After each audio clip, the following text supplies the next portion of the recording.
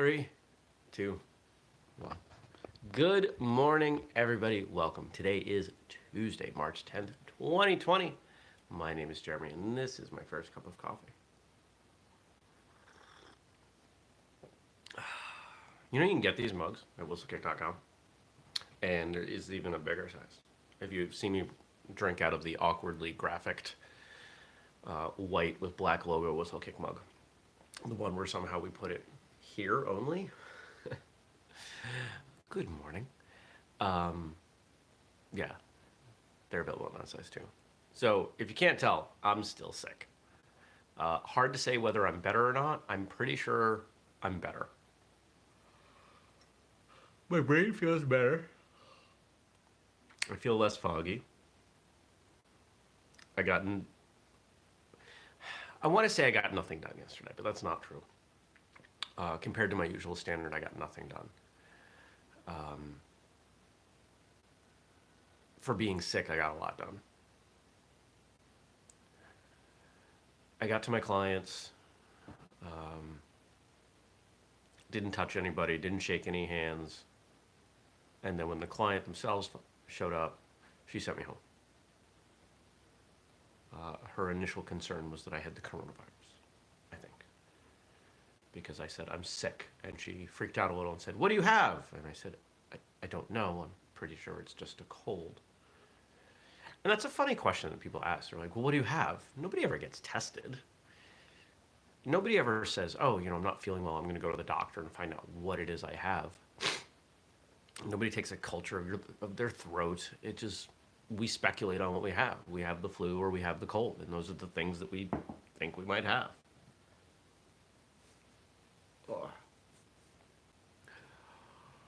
But I came home and had a call with a client that somehow ran close to 2 hours. And was pretty good on that call. I was very upfront with them that I wasn't feeling well, and yeah. What else is going on? We're looking at bringing on a director of books, for lack of a better title. Probably going to come up with a better title, but have already reached out to someone. The book stuff's doing well. I haven't sold any in a week, which is weird, but we're constantly adding new books.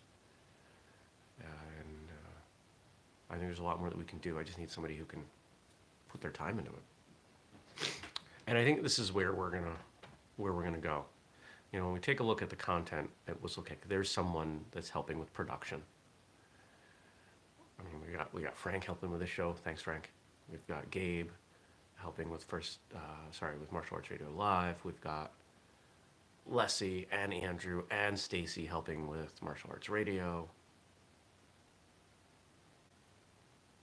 God, I hope that's the only content we have. Yeah, we've got the social media. Andrea's on top of that. And we got somebody that we just brought on to help with that. So things are going well. And it's time to bring some people on to help with some things that actually make us money. So, oh yeah, 2 Minute Martial Arts. We've got Justin. Thank you, Stacy. Oh, we have so much going on. I have a hard time remembering it all. We have a goal of, nope, not even going to tell you that one. But I've got all these book ideas. And I just don't have the time to see them through. And some of them I think would do really well. Some of them could be broader than just for martial arts. So if it's not this person that I've reached out to, it'll be somebody else. We'll find somebody. Step 3, profit. If any of you are old South Park fans, hopefully you get the humor in that. And so today, given that the current social climate expects that if you are ill, you do not go anywhere, the 2 things that required leaving the house have been canceled or rescheduled. So I apparently am in self-quarantine. I'm going to go insane. Yesterday, about 5 o'clock, I was pretty stir crazy.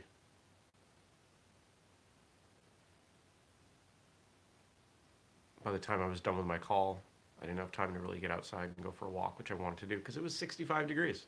That was insane. Snow melted all over the place. Most places don't have any snow. I still have, 2 feet. Maybe not quite that much. And it's going to be warm today, in the 50s. So maybe I'll get outside, get some sun. Some vitamin D. Because in theory, if I'm getting sick, I'm vitamin D deficient.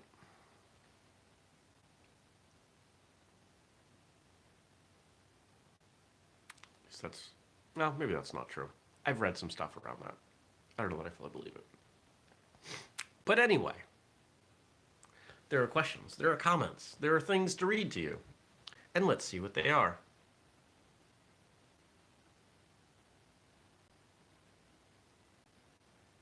Oh, that's what's making that noise. The silly little game that I play on the tablet.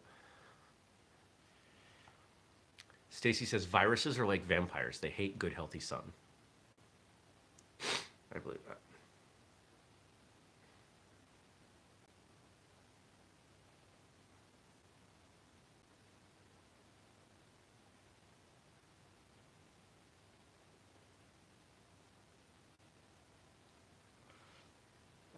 All right. Remember, if you want to ask a question or leave a comment or something, drop it below and I'll respond for. Nope.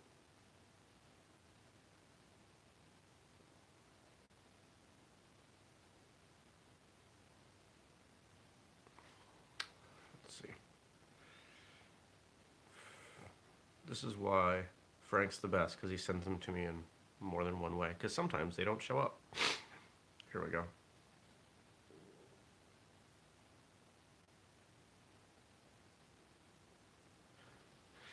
All right. Today, Tuesday, March 10th, 2020, is actor and martial artist Chuck Norris's 80th birthday. Hard to believe Chuck is 80. And we've got 3 Chuck Norris quotes. And after these, I'll tell you a little bit about my 1 degree of separation from Chuck Norris. The only time you lose at something is when you don't learn from that experience. Of course, that's a Chuck Norris quote. I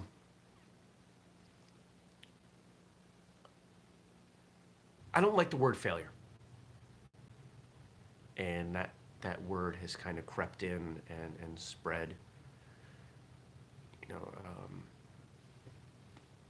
Back when I coached gymnastics, this was a few years ago, kids would, miss a trick or something and call it a fail.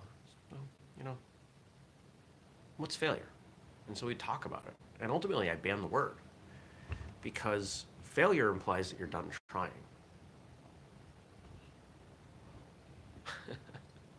I'm glad your son doesn't have the coronavirus.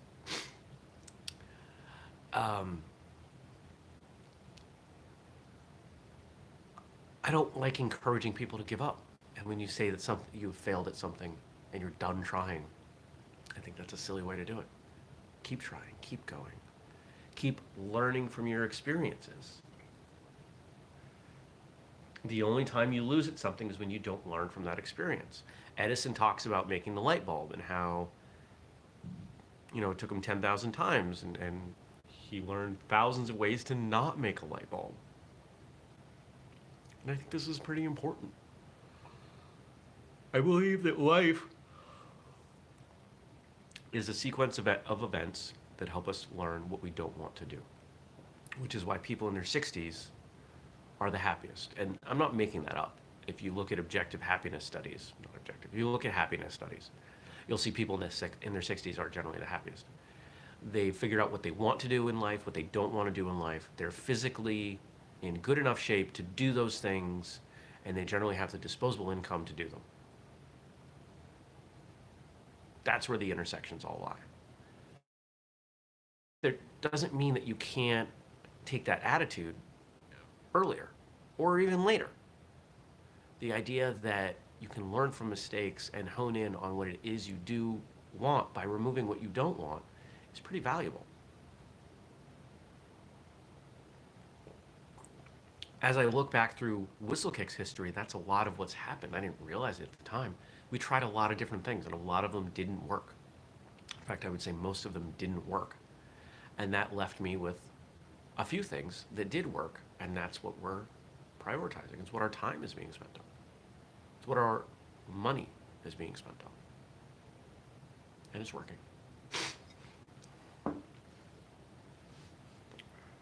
Next.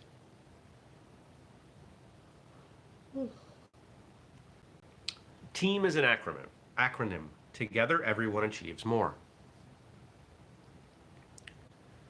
I'll agree most of the time. For this one, I prefer the African proverb. If you want to go fast, go alone. If you want to go far, go together. I think that is a better representation of it. Because there are times when too many cooks in the kitchen don't work out. To say it another way, Jeremy's corollary of meetings. The more people at a meeting, the less that gets done. I forget when I coined that one. In my 20s, I think.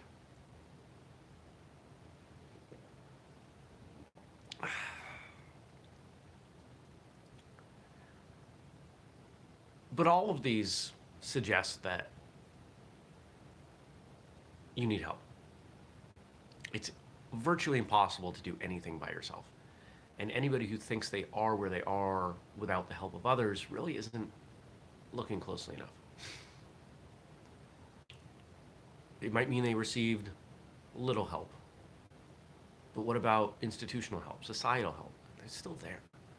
We're still part of something together. If you received no help, you would have been plopped out in the woods as an infant with no clothing and left. I don't think that happened to any of us. Pretty sure none of us would have survived that. We need help.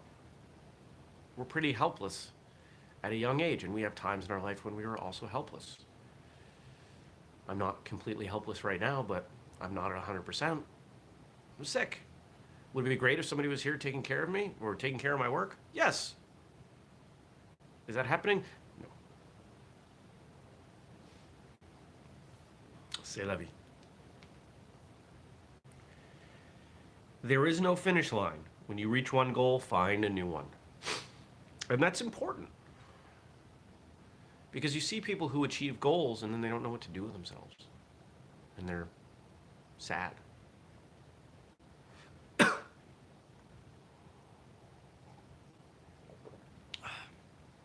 We did an episode, I don't know, a couple years ago, on why people have a hard time with things that don't end. Martial arts is tough because it doesn't end. It's not a 6-week program. And when I coach martial arts schools, one of the things that I've worked with them on is how do you develop a lead generation program, whether that's self-defense or fitness or whatever, that's a fixed period of time. Get them in there. And then try to convert them. Then try to get them to stick around for the full classes. The indefinite training of martial arts. Most people are goal-oriented. Most people have some kind of penchant for checking off boxes and saying, I got this done, I did this. We might not be efficient at it. We might not like it, but it's how most of us operate. So it's important to have some goals. You need short-term goals. What am I going to do right now, today? What am I going to do this year? What am I going to do in life? You need a variety of goals to help you move forward. If you don't have big goals, how do you know what direction to go in? Think of a ship. If you know where you're going, if you have let's say you're out in the ocean, and you have a destination. When you start off, it doesn't matter a whole lot where you go, as long as you're in that general direction. But the closer to that path that you're on, the less effort, the less time. The closer you get to the destination, the more being spot on with where you're heading, the more that matters. So those are all a bunch of different ways to say have goals, value them, check in on them, write about them, tell other people about them, work on them, and achieve them. Goals matter.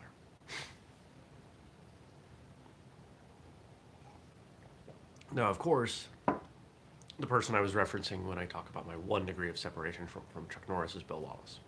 I have asked Mr. Wallace if we might ever get Chuck on the show, and he says, probably not. Which is sad. Maybe someday. He's 80, but I mean, he's going to outlive all of us, right? Because he's Chuck Norris.